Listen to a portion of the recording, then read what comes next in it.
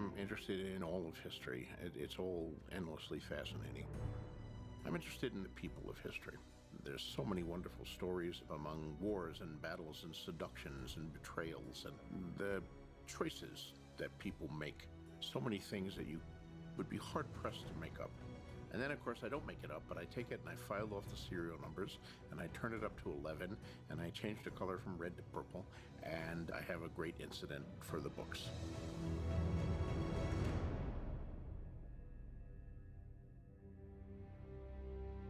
The world of Westeros, as I see it, and I think as George Martin wrote it, is a homage to England in the Wars of the Roses. So we're really looking at the period between about 1450 and 1485. But within that homage to the Wars of the Roses, you have a huge amount of other influences and ideas and characters that have been poured in from other parts of English history, of French history, of world history, stretching, as I see it, right back to the ancient world.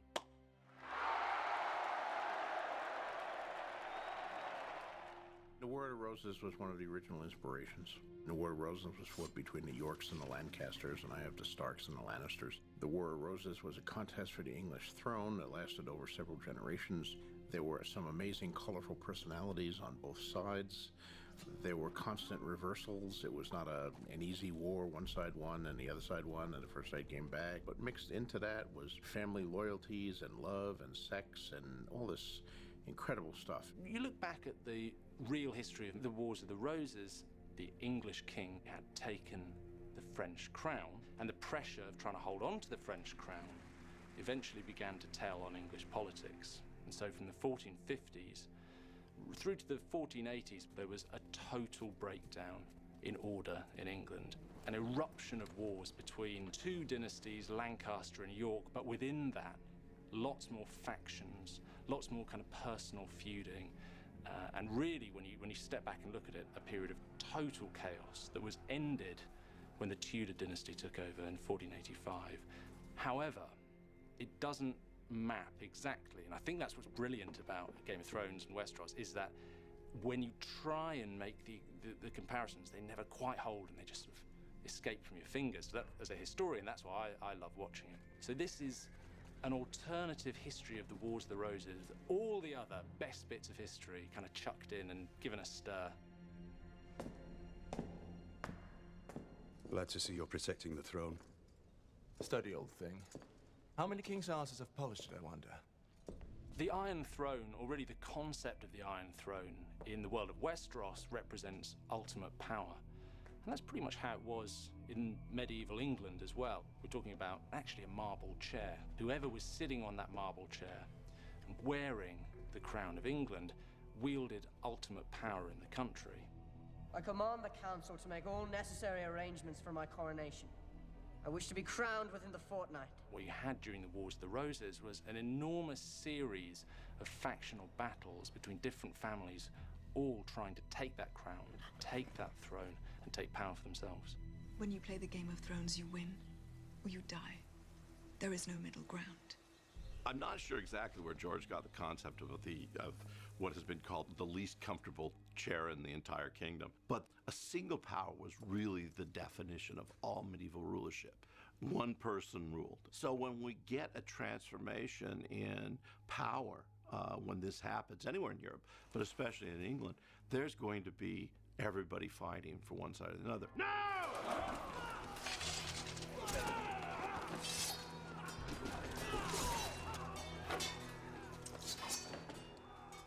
I did warn you not to trust me. There will be sides taken, there will be blows, and there will be rebellions. Poor Ned Stark. Brave man, terrible judgment. What George has done here is write a fantastical tribute to the Wars of the Roses, but cut loose from the history. So he's playing with characters we half recognize, we three-quarters recognize in some cases, but then he's setting them off on paths of their own. The future of our family will be determined in these next few months. We could establish a dynasty that will last 1,000 years, or we could collapse into nothing, as the Targaryens did. I wouldn't want to come face to face with Tywin Lannister. He's terrifying. And he wouldn't want to come face to face with Edward I either, because this was a king who was so scary in person, he was rumoured once to have scared one of his servants to death. Sit. Eat. Edward I, for all intents and purposes, was Tywin. Or Tywin is, for all intents and purposes, Edward I. Like Tywin Lannister, he was not above doing devious, the ends justify the means kind of things. Edward I is a king who does not think much of burning an entire town if he feels that they're rebellious against it. Certainly the policies that Edward followed, Tywin would have approved of. I mean, this was a man who was known as Hammer of the Scots, the man who conquered Wales and brought it into his kingdom. They're both relentless in their pursuit of power, of authority, absolutely determined, but in a sense really frustrated by their own family and specifically by their children. I don't distrust you because you're a woman. I distrust you because you're not as smart as you think you are. And that draws on real history, because Edward I was incredibly frustrated with his son, Edward II, who was never the kind of the military leader that Edward I would be, was not a serious politician. And so that frustration with his children really maps from the history of medieval England through to the world of Westeros. For 40 years I've tried to teach you. If you haven't learned by now, you never will. As far as we know, Edward I did not actually get crossbowed while sitting on the loo, but met his death probably in bed. You're no son of mine. I am your son. I have always been your son. I think the comparison between Tyrion Lannister and Richard III is a very good one. 16th century historians describe Richard III, as this hunchbacked, evil-looking character whose physical unpleasantness directly reflected his lack of moral character. Richard III has been vilified through history, especially in Shakespeare, as being monstrously deformed, and you could characterize Richard III as, quote-unquote, a cripple. That's how a lot of people see Tyrion Lannister in the world of Westeros, but of course, as the viewer, we know that's not the whole story. He's Tyrion the Imp of House Lannister. He killed your father. He murdered the Hand of the King. Oh, did I kill him too? I love Richard III. He's one of my favorite historical characters. He wasn't a hunchback, he didn't have a twisted arm, but because he was the king who was deposed by Henry VII, so the Tudor historians tried to make him a physically twisted, deceitful, kin-slaying, child-slaying monster. And a lot of what happened to Richard III is happening to Tyrion. I wish I was the monster you think I am. Tyrion's someone who's easily cast as a villain. The dwarf, hated by the gods, so they twist his body into unfortunate shapes. This is a clear sign of the evil inside him. This was how the medieval mindset worked. I did not kill Joffrey, but I wish that I had. I think a really good historical comparison for Cersei is Margaret of Anjou, known as the she-wolf of France, one of the strongest females in the real-life Wars of the Roses. Margaret of Anjou, the strong queen of England in the 1450s, wants to exert power like a man. I should have been born a man.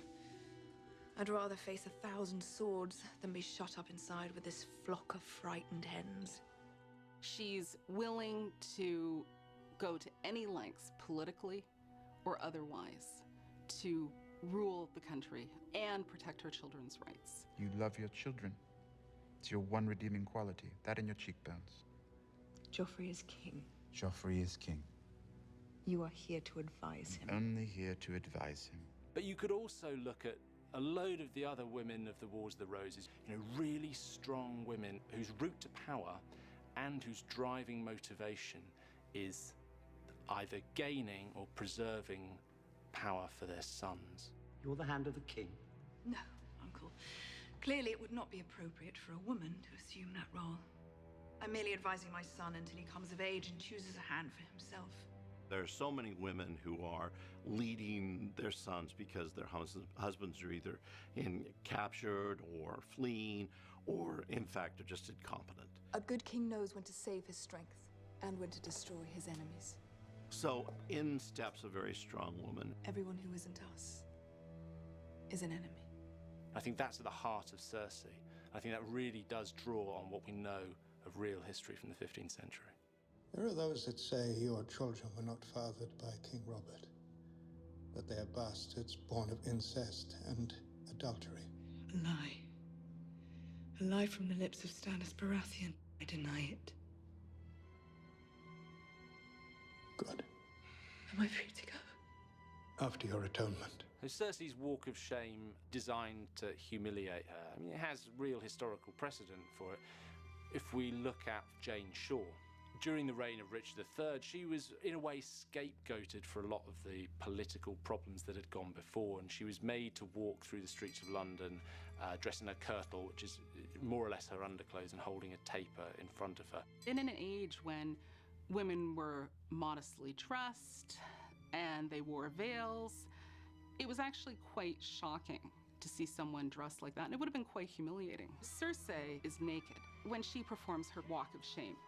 To us as viewers, it has almost the same impact as seeing Jane Shaw in her kirtle would have had. It's almost an emotional translation of what it would have felt like. Really serious public shaming and public penance. There's a huge amount of ritual purpose in that, which is to strip her of any majesty or magnificence that she might have accrued in her career before that point.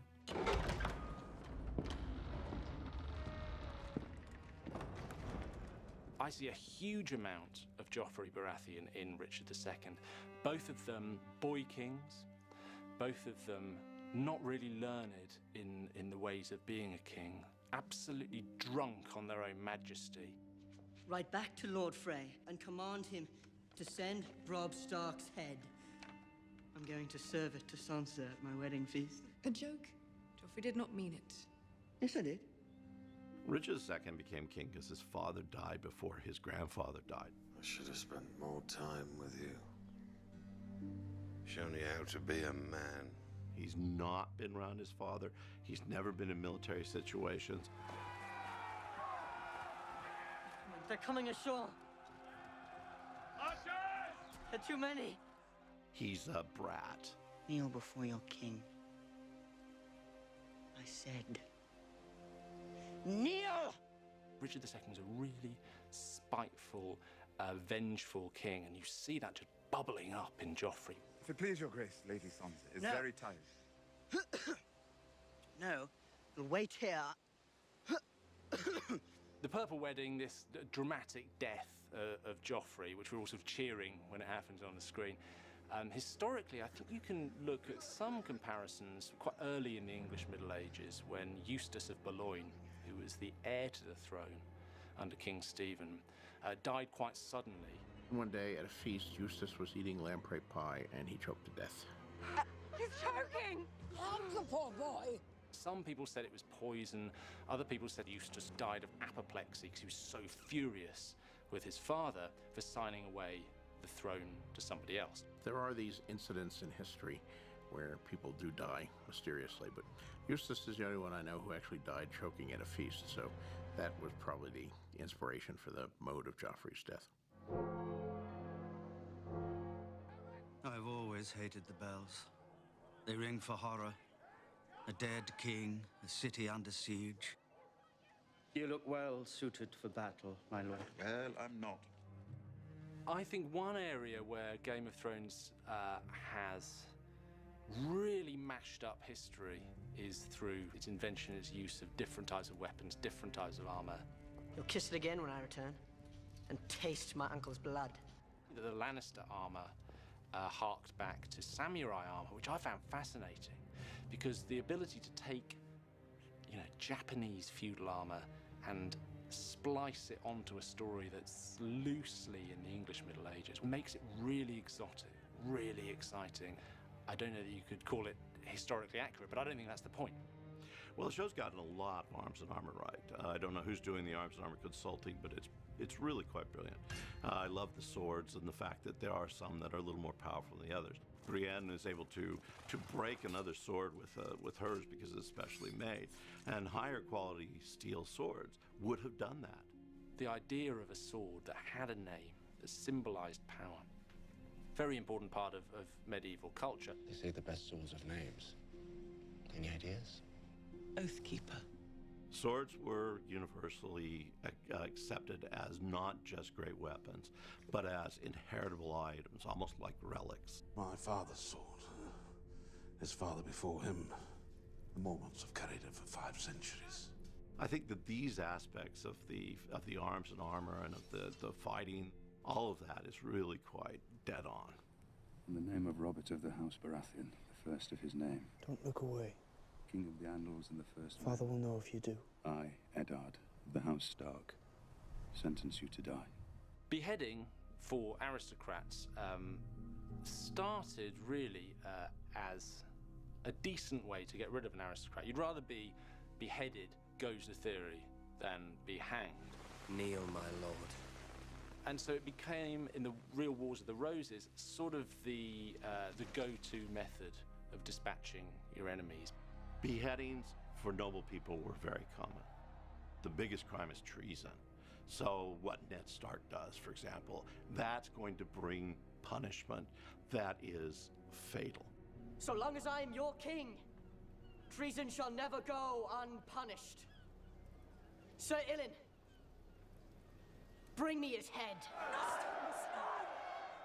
Ned Stark's a very interesting character. I mean, obviously, the patriarch of the House of Stark, which, if we're looking for Wars of the Roses parallels, is like the House of York. But if you look at Richard, Duke of York, the real historical patriarch, his career really doesn't map onto Ned's journey very well. And actually, there's another character who I think is much more comparable with Ned Stark, and that's William Lord Hastings. Now, Hastings was the great pal of Edward IV, who I think unquestionably is Robert Baratheon. And they had this very close, chummy personal relationship. And we can all remember, you know, the early episodes of season 1 where we see Robert Baratheon and Ned Stark enjoying that kind of fraternal relationship. Well, that's Hastings and Edward IV all over. And what's really interesting is Hastings helped Richard III to take the throne when Edward IV dies. But afterwards, Richard turned on him and he was summarily beheaded. And I think there's a lot of the career of Hastings that you can follow through the story of Ned Stark. You know, this loyal friend of the king who outlives the king, tries to do the right thing, and what's his reward? Head rolling in the dirt.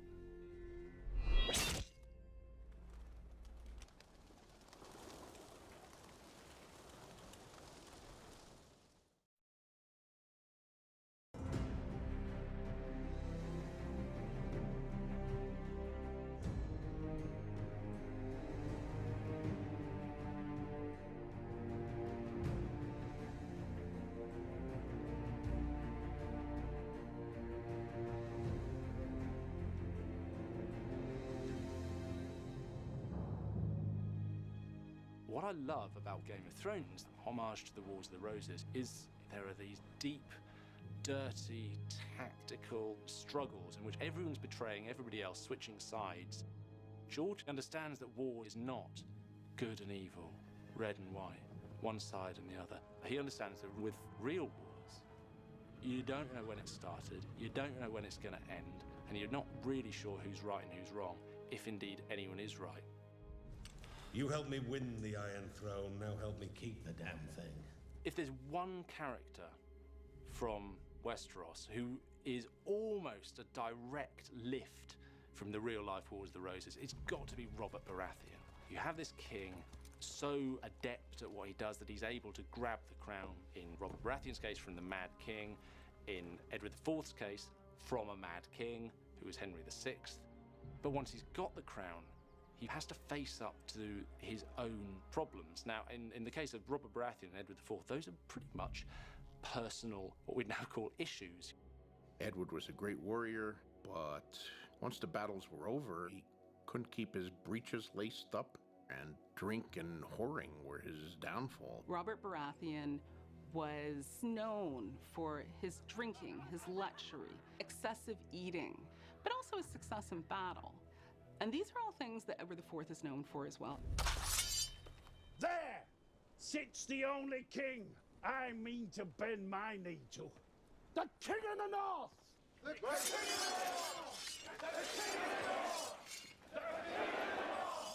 There's a little bit of Edward IV in Rob too. You know, Rob is in some ways the early Edward IV. Treason. You're summoned to King's Landing to swear fealty to the new king. After Richard of York is killed, his teenage son, Edward, becomes the Duke of York and leads his armies and wins several victories over the Lancasters, while still a teenager and a very young man. His Grace summons me to King's Landing. I'll go to King's Landing. But not alone. Call the banners. Edward IV, or the future Edward IV, is only 18 years old. Young guy. He's passionate, impulsive, and a brilliant military commander. He was never defeated on the field of battle. And Tywin Lannister's whole problem with Robb Stark is he keeps winning. Stark won't risk marching on Casterly Rock until he's at full force. He's a boy and he's never lost a battle. He'll risk anything at any time. And of course, like Robb, Edward married unwisely to a woman he met while on campaign. I don't want to marry the Frey girl.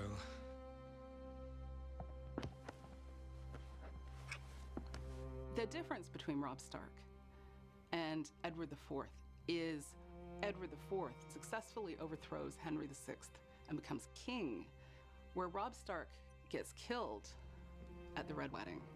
The Red Wedding, man, it's the iconic episode, right? It's almost too crazy to be true, except George has said he was taking his inspiration from real history. George R.R. Martin has taken several different events, specifically drawing from Scottish history, and mixed them up together to create the Red Wedding. Scottish history is an amazing source for all of this because it's one of the most incredibly bloody histories of any country that I've ever studied. He was looking at the Black Dinner of 1440, held at the court of the boy king James II of Scotland. The Black Dinner occurred when the King of Scotland was having a dispute with the Black Douglases. The Lord of Douglas was a young man, 18 or 19 years old, kind of a Robb Stark figure, and he brought his even younger brother with him, and they had a marvelous feast, and everybody was having a great old time. But then when the feast was over, a single drum began to play, just boom, boom, boom.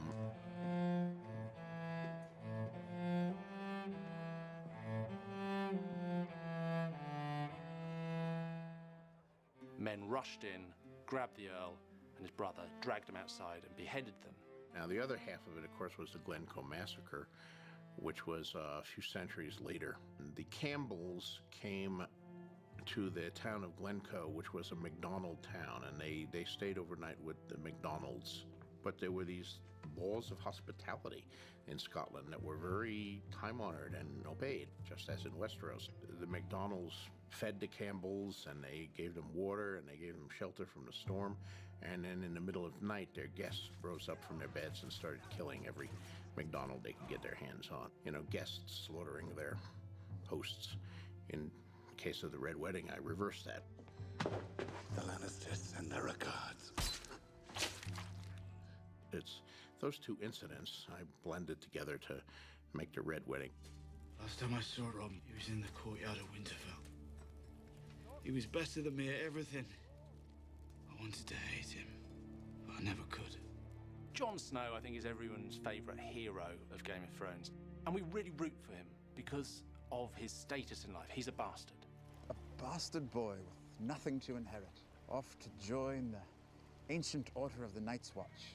In Westeros, Jon Snow finds his way in the world by becoming a soldier, by becoming a knightly character.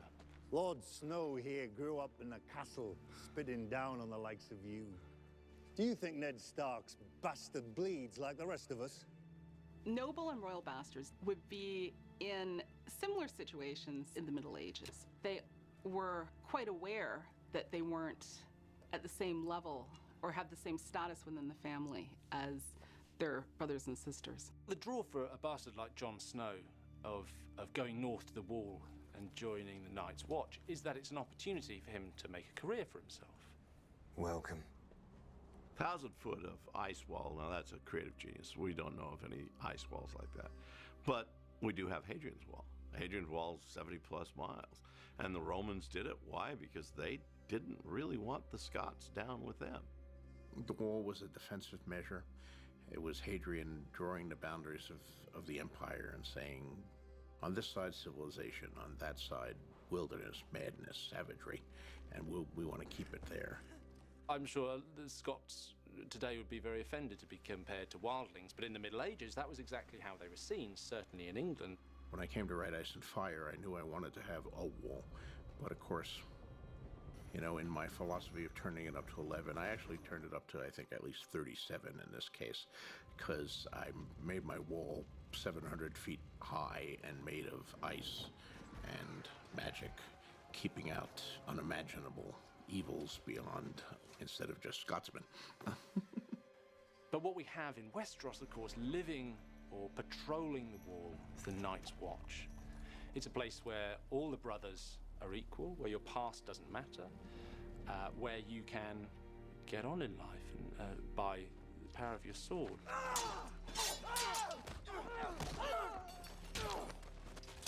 Well, Lord Snow, it appears you're the least useless person here. I think there's certainly an element of that in some of the warrior monks of the Middle Ages. Hear my words and bear witness to my vow. Night gathers, and now my watch begins. A lot of the stuff about the Night's Watch comes from the church militant of the Crusades, the Templars and the Hospitallers. They were sworn to poverty and obedience. They were sworn to chastity. I shall take no wife. Yes, that's in there. There's no denying that. I shall father no children. It's very specific. But what our vows have to say about other activities is open to interpretation. But they were also warriors, and there were several different orders, though the one that lasted the longest was a Knights Hospitaller, who initially began in the hospital in Jerusalem. Their great rival was the Templars, who were even more powerful. Knights Templar, what do we know of the Knights Templar? Well, they were sworn to protect Jerusalem, did not have an ice wall around it, but nevertheless they had this duty to defend the Christian lands in the Middle East. So there's, you know, huge history of these military orders of essentially fighting monks. I'm a brother of the Night's Watch. I don't know what I have left to give you. You can give me the North. Even if I wanted to, I'm a bastard. The Snow. Kneel before me. Lay your sword at my feet. Pledge me your service, and you'll rise again as John Stark, Lord of Winterfell. I think Westeros is set in a feudal society. Ask Jon Snow if this is a feudal world. He's going to tell you, of course it is. He's a bastard, he's born outside it. It's king-led, there are noble houses. The idea of your birthright is potent. The firstborn heir, male heir, is the most important person. So Robb Stark is the most important person in the Stark family. In the very first episode, you see the Stark children lining up to greet Robert Baratheon. Well, they're lined up in order of age and gender. So Robb Stark, who's the oldest boy, is first. Then Sansa is second. Arya is third. But she's late, and Bran is standing in her place, and she shoves him out of the way because she's the one that's supposed to be there. So in that very basic sense, we're talking about an aristocratic world in which your birth is, in a sense, your destiny. Yes, Westeros is a feudal system, although it's a feudal system, of course, complicated by White Walkers and dragons. I did not go full feudal, but I have a quasi-feudal system where there are landed knights and lords who have castles, who swear fealty to the king. So there's this network of obligations. You have lower lords, like Eddard Stark's vassals in the north. All those high lords, they all thought they were better than me. Ned Stark, Hoster Tully. People like Roose Bolton, who kind of chafe a little that they have to bend the knee. No more Starks to bow and scrape to. Must have been torture following that stupid boy all over the country. He ignored my advice at every turn. That relationship of having to serve a lord, an overlord, militarily, as well as support them in other matters, was very common in the Middle Ages. I need you, Ned. I have a son, you have a daughter. We'll join our houses. Marriage in Westeros is, to some extent, based on marriage in the real Middle Ages, or even in certain ancient cultures. Marriage was a form of political alliance. It was a way to bind two families together. So medieval nobles would consider their marriages the way a corporate CEO might consider a merger. The young wolf has lost half his army, his days are numbered. Theon Greyjoy murdered both his brothers. That makes Sansa Stark the heir to Winterfell. You will wed her, bed her, and put a child in her. Tyrion will do as he's bid. As will you. What do you mean? You'll marry Sir Loras. I will not. The boy is heir to Highgarden. Tyrion will secure the north, you will secure the Reach. No, I won't do it. Yes, you will. Individuals are in a large part defined and often struggling against what they've been born into. I can't marry him. You can't make me. He is a traitor, a murderer. You're not marrying Roose Bolton. No, you'll be marrying his son and heir, Ramsay. I will starve myself. I will die before I have to go there. I won't force you to do anything. When you look at the Wars of the Roses, there's one character, Elizabeth of York, who's sort of traded a little bit in exactly the same way that Sansa Stark is. So Elizabeth of York basically became a political pawn between different families all circling the real English crown. Please let me go home. I won't do any treason, I swear. Mother says I'm still to marry you, so you'll stay here and obey. Sansa may be based on a specific character, but she may also just be an amalgamation of every single daughter of every single king, of every single kingdom in the entire Middle Ages from the beginning to the end. Daughters were used as bargaining chips. I know how to play a man like Drogo. I give him a queen, and he gives me an army. I don't want to be his queen. I want to go home. We go home with an army, with Khal Drogo's army. What are the historical influences on the Dothraki? Well, I think you can see a lot of the Mongols in the Dothraki, you know, in the 13th century when Genghis Khan and his successors were burning everywhere from Beijing to Baghdad. They also have a lot of the Huns in them, who were a similar nomadic horse people who came out of Asia 1,000 years earlier. The Huns, like the Dothraki, spent all their time on horseback. They slept on horseback, they made love on horseback, they negotiated diplomatic treaties on horseback. Where's he going? The ceremony is over. But he didn't say anything. Did he like her? Trust me, Your Grace. If he didn't like her, we'd know. I think he's hit the nomadic warrior perfectly. Whether it's a Mongol or a Hun or any of those guys that come off the central steps, they move as communities. Everybody is tied to the way of life. Women are every bit as wild as the men are. But I think there's also quite a bit of Native American culture that's feeding into the Dothraki. What we know of, let's say, the Comanche tribe is, you know, and it's a very well-groomed culture. There was a great pride in the warrior's appearance. We know that the Dothraki grow their hair and their braids until they're defeated in battle and then cut them off. And I think this real concern with the physical projection of the warrior spirit, there's a little bit of Native American there. But I took some elements that were purely fantasy to try to create something that was grounded in reality, but was not necessarily just a Xerox of reality. She truly is a queen today. Daenerys Targaryen, what an amazing character out there over the water, and we're just waiting for her to arrive, right, with these dragons above her. Dany is perhaps the most intriguing character to try to match up historically. Joan of Arc, of course, is one that you want to compare Dany to. Problem, of course, is she gets burned, and she doesn't come out of the flames with dragons. Dany, of course, does. If we are going to say that Westeros is a sort of mirror image of the Wars of the Roses, and there's one character that Dany looks very, very much like, except it's not a woman. It's Henry Tudor, who spent a lot of his life in exile. Henry VII, who was known as Henry Tudor before he became King of England, spent most of his life hiding in France, kind of like Viserys and Daenerys when they're hiding with Illyrio. It won't be long now. Soon you will cross the narrow sea and take back your father's throne. Henry VII was hiding abroad to avoid being captured and killed. The whore is pregnant.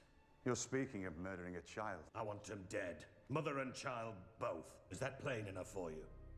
but he came back to fulfill the prophecies, ancient Welsh prophecies, and when he marched back to England, above his armies fluttered a flag with a dragon on it. But I don't think you can just say that Danny is Henry Tudor and that's that, because I think there's a lot of classical ancient history that's been put into that character as well. So there's a little bit of Alexander the Great, who was a king who conquered huge swathes of territory and took lots of different peoples along with him. But I think there's a lot of Cleopatra in there as well. A very, very strong female character who is in some senses always struggling with the consequences and the obligations of power. I did not take up residence in this pyramid so I could watch the city below decline into chaos. We see in season 5, Danny's living in a pyramid. Well, Cleopatra came from Egypt, and I don't want to be too flip about it, but I sense a lot of Cleopatra folded in with a big dollop of Henry Tudor, with these dragons flying above her.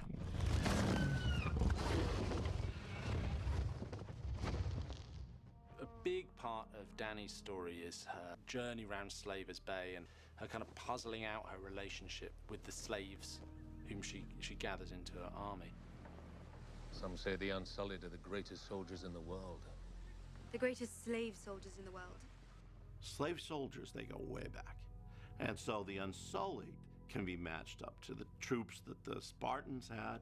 They can be matched up to the Mamluks, who were probably our most famous slave armies. One of the most successful Islamic dynasties in the Crusades were slave armies, the Mamluks. And I think when we look at the Unsullied, I see a lot of the Mamluks in there, as well as a bit of the Spartans, people who've been selected purely for their fighting ability. They may suit my needs. Tell me of their training. Well, the Unsullied are loosely based on some of the slave soldiers of history, the Mamluks of Egypt, the Janissaries of the Turkish Empire. Similar groups who were children taken from their parents as slaves and trained solely for the purpose of being warriors. Slaves don't like being slaves. And when a person like Danny comes in and offers them freedom, almost everyone, especially the young ones, are going to want to get freedom to pursue their own interests. I don't expect the wise masters to be happy. Slavery made them rich. I ended slavery. They do not ask for the return of slavery. They ask for the reopening of the fighting pits. The fighting pits, where slaves fought slaves to the death. Having humans slaughter each other for entertainment, that's gone on for centuries. But I think, you know, if you were going to pick a time when it had been very popular, it's ancient Rome, isn't it? It's the Colosseum. So the fighting pits that George has invented, I think, hark directly back to ancient Rome. It was actually the Etruscans who began gladiatorial games, and of course the Romans conquered the Etruscans. They picked up some of their habits, including that one.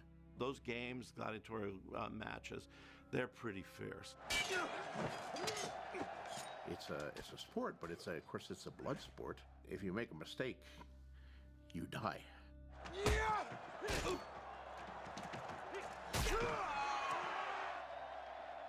Slaves are given a possible promise they're going to get freedom. As far as we know, very few do.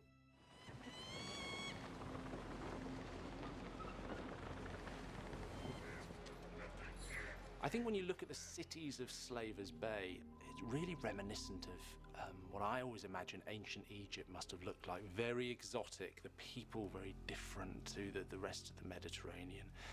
This really huge monumental architecture that just looms over everyone who approaches it. There's so much of Cleopatra and North Africa in the ancient world, all in that little area of Slavers Bay. And it's a really great counterpoint to the rest of Westeros. I think you could look at the Wars of the Roses and try and work out where George is going. I think you could do that. I think you'd also run the risk of going insane. Everything in the world is grist for the mill, be it, real life or contemporary events or history. I mean, it's all stuff that you can take and rework and make into stories. Whatever happens in the end in Westeros, maybe it will map the Wars of the Roses. Maybe we'll be sitting there going, oh, this was exactly what happened. Or maybe it'll just be whatever George wants it to be. It occurred to me that if I tweaked it just a little and I added some fantasy elements and changed the characters, then now you have all the appeal of the Wars of the Roses But you also have unpredictability. You don't know who's going to win. You don't know who's going to die.